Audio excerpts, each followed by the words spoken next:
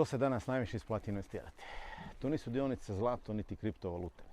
Mislim da čak niti popularni ChatGPT danas ne bi mogao odgovoriti na ovo pitanje.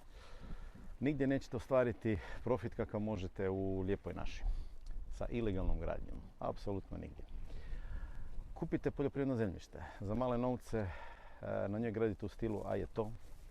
Godinama ne plaćate boravišnu taksu, odvoz smeća, komunalni doprinos, dozvole, šta je to, i tako dalje. Ajmo napraviti malu kalkulaciju. Od 1991. do danas prošle su 32 godine. Uzet ćemo primjer iz jedne općine koja ima 3000 ilegalnih vikendica. Kupljene su tada za, mislim, između 5 i 10.000 maraka. Danas vam to vrijedi u prosjeku 10 puta više, a one uz more i 20 puta više. Slažete li se da bolje investicije od ovoga nema? Ajmo dalje. Recimo da se naplaćivala samo boravišna taksa i odvoz smeća. Koja bi to kalkulacija bila? Ovdje ćemo samo uzeti jedan mjesec godišnjeg odmora u vikendici za samo 2 osobe. Znači djecu, rodbinu, prijatelje, to nećemo računati. Boravišna taksa je 1 euro puta 2 osobe, puta 30 dana i puta onih 3000 vikendica i to sve pomnožimo sa 32 godine. Dođemo do iznosa od 5.760.000 eura. Dalje, odvoz smeća.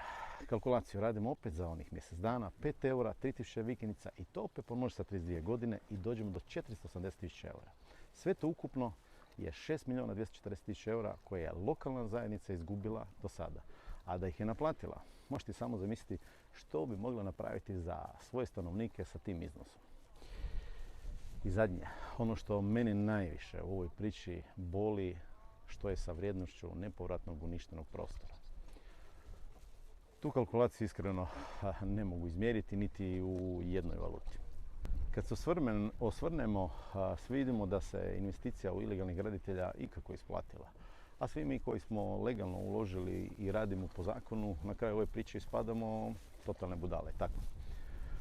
I nažalost, ovaj trend ilegalnog investiranja i dalje traje, a institucije im u ostalo i dalje ne mogu naplatiti niti boravišnu taksu i odvoz smeća. Duboko se nadam da će se u 23. taj trend zaustaviti. Da će se početi napokon kažnjavati, a ne nagrađivati kakva je praksa bila do sada. Kad se takvo investiranje još i ozakonilo. Evo, pored mene je Agent Blue koji ima sve papire za svoju kućicu. Je tako, Blue? Zato budi kao i Blue. Pozdrav od Aljoše iz Marisa. Je tako, Blue?